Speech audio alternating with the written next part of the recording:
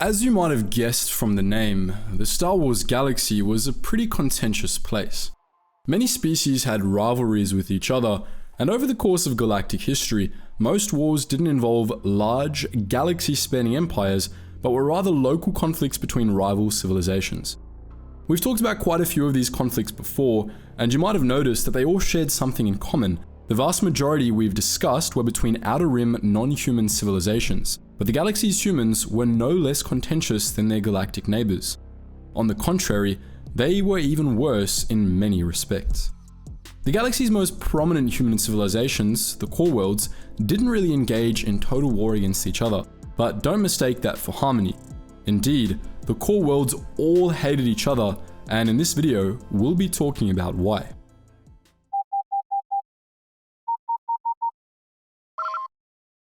Attention, Sergeant on deck!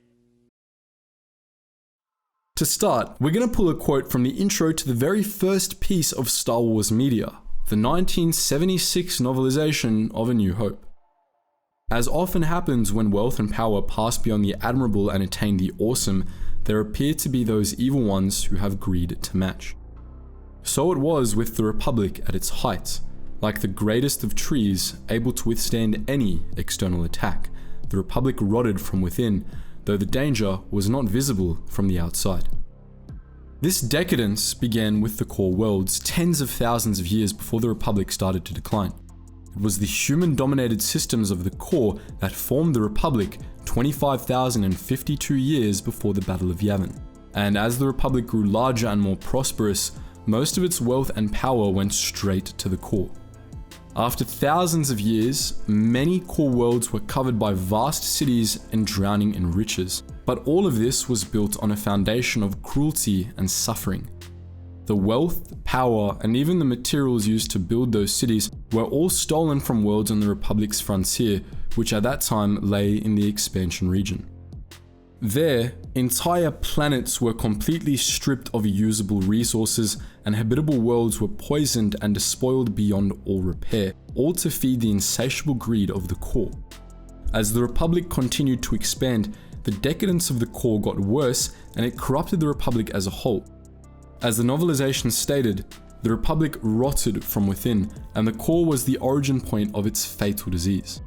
For all their beauty and prestige, the core worlds were the rotting heart of the Republic. Unlike with most civilizations in the Star Wars galaxy which fought due to government policy, cultural differences, or simple expansionism, the conflicts between the core worlds were all symptoms of insatiable greed and the ancient grudges they still harbored. The core worlds hated each other as a matter of vanity. Sometimes it was jealousy over another core world's colonies, sometimes it was because of some ancient forgotten war, and sometimes it was just simple lightsaber measuring. With that out of the way, let's dive in.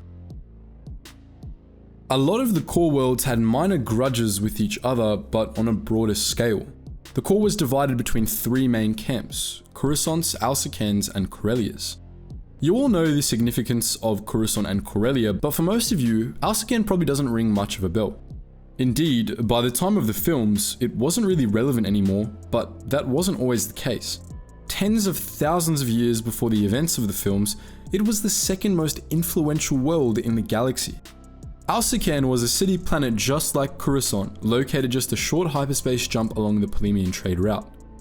They were culturally distinct from Coruscant in a few ways, but for the most part, they were pretty much just a Coruscant copycat.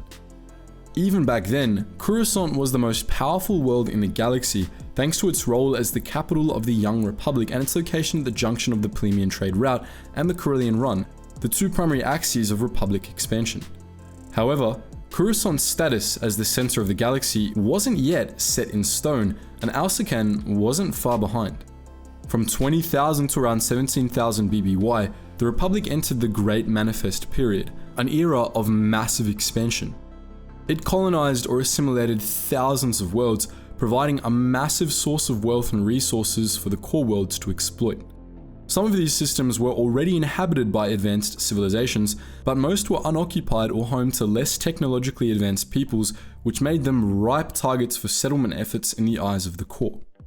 The vast majority of settlement efforts were spearheaded by Coruscant, Alsakan, or Corellia, either directly or through subsidized corporations.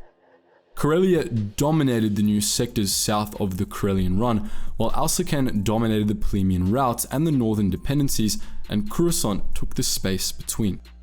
All three of these worlds and their many core world allies became unimaginably wealthy due to these exploits, but it wasn't enough for Coruscant or Alsakan. They wanted more. More specifically, they wanted the worlds that the other had claimed. They attempted to take over or sabotage each other's settlement efforts or cut each other off from new sectors with fleets of warships, generally acting like spoiled children that weren't getting their way. In 17,000 BBY, these petty squabbles eventually escalated into war. This was the first Alsakan conflict.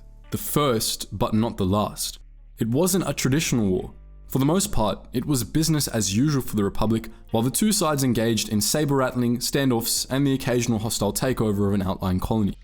Every few years, there would be a proper battle, sometimes fought out in the colonies, sometimes fought in the core worlds themselves.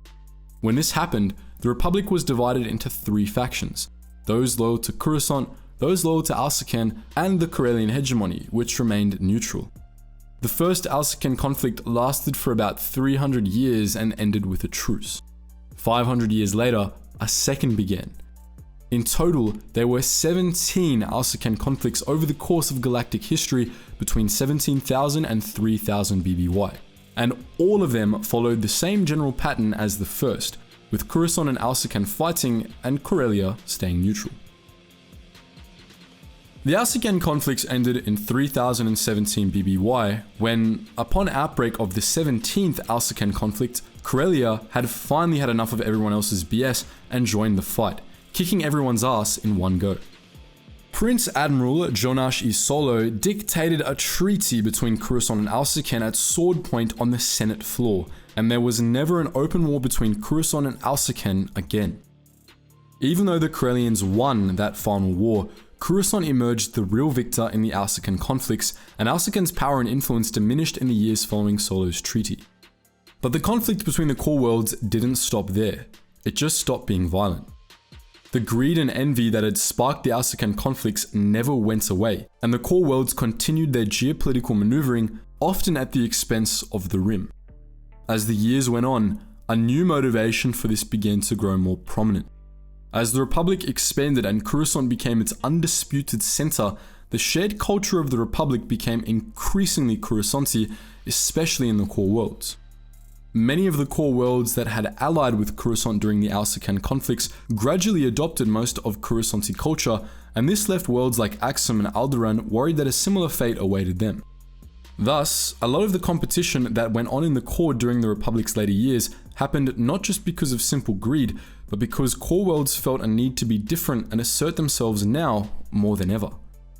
Fortunately, this didn't mean war, but unfortunately, it meant wasting positively absurd amounts of money. In a trend that worried the sane people of the galaxy, core world competition during the final millennium of Republic history mostly consisted of military stick measuring. The shipyards of Kuat and Rendili built absurdly large and completely impractical dreadnoughts for wealthy core worlds to spend quadrillions of credits on, making vast show navies that couldn't fight for Sith but looked pretty impressive. The Clone Wars shook up this formula a bit, especially when the Republic nationalized all these show navies and made them actually usable. The galaxy changed governments several times in the ensuing decades, going from the Empire to the New Republic to the Yuuzhan Vong to the Galactic Federation of Free Alliances, and so on. But through it all, one thing never changed. The Outer Rim continued to suffer for the sake of the core, and the core continued to waste time and money on petty internal squabbles. In case you were wondering what was wrong with the galaxy, the answer is always the core worlds, unless it's the Sith. Or the Mandalorians, or the Yuuzhan Vong, or no, you know what, never mind. Anyway, what do you think? Are there any particular core worlds you'd like to see us talk about in depth? Let us know your thoughts in the comment section below, and as always guys, thank you so much for watching, and I hope to see you in the next video.